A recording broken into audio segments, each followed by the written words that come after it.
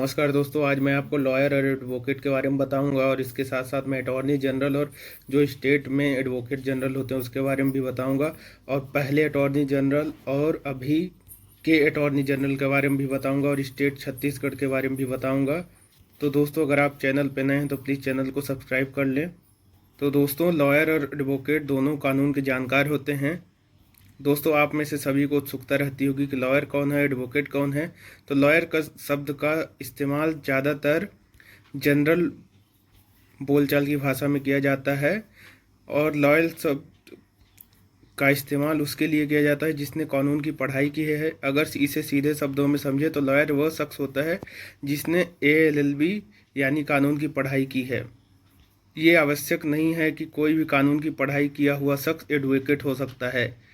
किसी भी लॉयर का काम किसी व्यक्ति को लीगल एडवाइस देना होता है, लेकिन वो किसी के बिहाफ पर कोर्ट में केस नहीं लड़ सकते।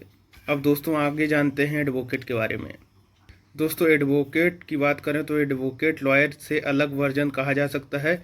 यह शब्द उन लोगों के लिए इस्तेमाल किया जाता है जो कानून की पढ़ाई करने के बाद किसी दूसरे व्यक्ति के बिहाफ पर कोर्ट में अपनी दलील देते हुए, जैसे हम कोई केस में वकील करते हैं जो कोर्ट में हमारे लिए दलील देता है, केस लड़ता है, उसे एडवोकेट कहा जाता है। ऐसे में हर लॉयर एडवोकेट तो हो सकता है नहीं, ऐसा ज़रूरी नहीं है, लेकिन हर एडवोकेट लॉयर होता है।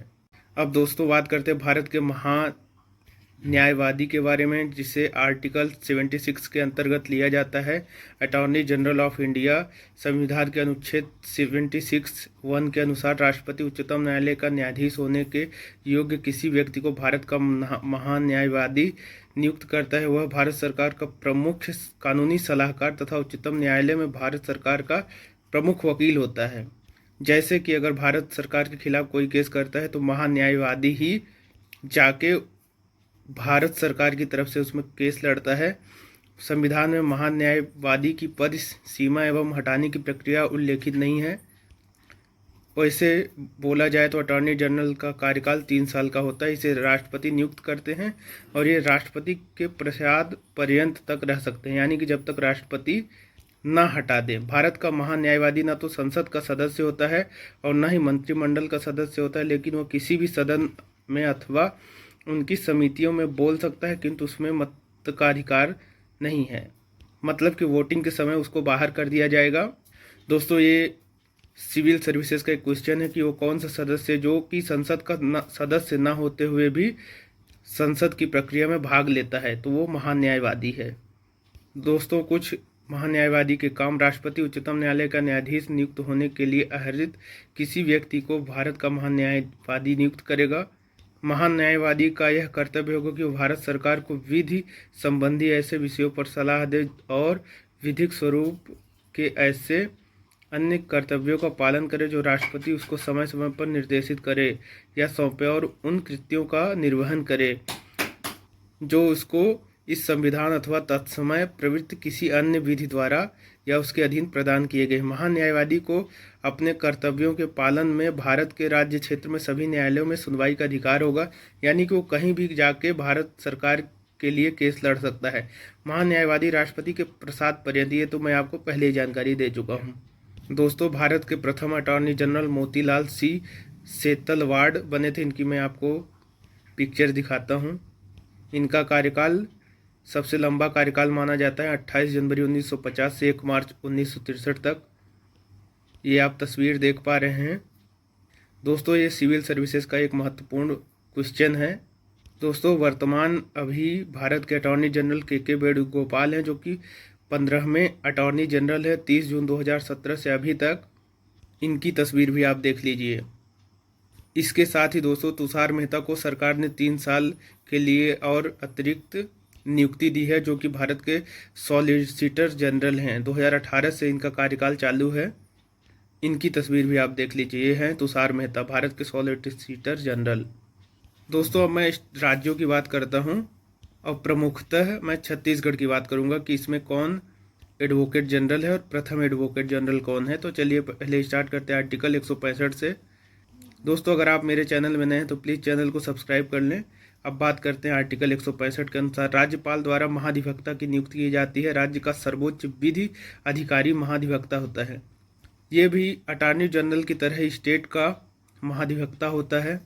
ये भी महान्यायवादी के जैसे ही विधानमंडल की कार्यवाही में भाग ले सकता है, और इसके बारे में आप देख सकते हैं ये भी राज्यपाल के प्रसाद पर्यंत रह सकता है अपने पद पर। सभी राज्यों के अलग अलग महाधिवक्ता होते हैं। ये राज्यों को विधि संबंधी सलाह देता है और विधानमंडल की कार्यवाही में भाग लेता है, पर वहाँ पर मतदान नहीं कर सकता। ये भी एक क्वेश्चन है।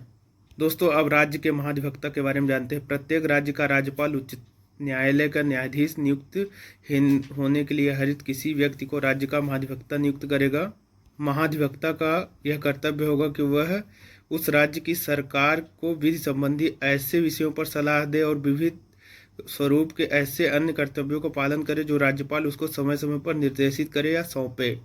यह स्टेट के लिए कोर्ट में केस लड़ेगा। अगर कोई स्टेट गवर्नमेंट के खिलाफ कोर्ट में केस लगाएगा तो ये महाधिवक्ता ही सरकार की तरफ से पैरवी करते हैं। महाधिवक्ता राज्यपाल के प्रसाद पर्यंत पद पर धारण करेगा, ऐसा पारिश्रमिक प्राप्त करेगा जो राज्यपाल अवधारित करे।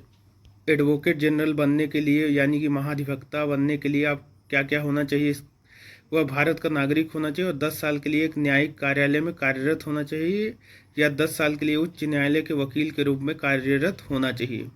अब दोस्तों बात करते हैं first advocate general of Chhattisgarh के बारे में। इसकी मैं आपको तस्वीर भी दिखाऊंगा। ये श्री रविंद्र श्रीवास्तव 15 नवंबर 2000 से 4 दिसंबर 2003 तक थे।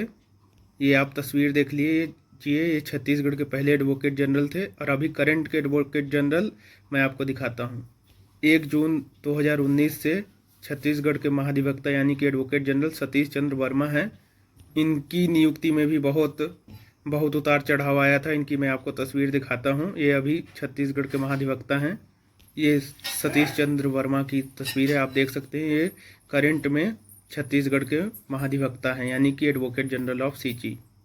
दोस्तों, मेरे द्वारा दी गई जानकारी अगर आपको पसंद आए तो प्लीज़ चैनल को सब्सक्राइब कर लें। दोस्तों, मैं आपको बहुत महत्वपूर्ण जानकारी और आर्टिकल्स के बारे में बताता हूं, तो प्लीज़ चैनल को सब्सक्राइब कर लें और सपोर्ट करते रहें। धन्यवाद।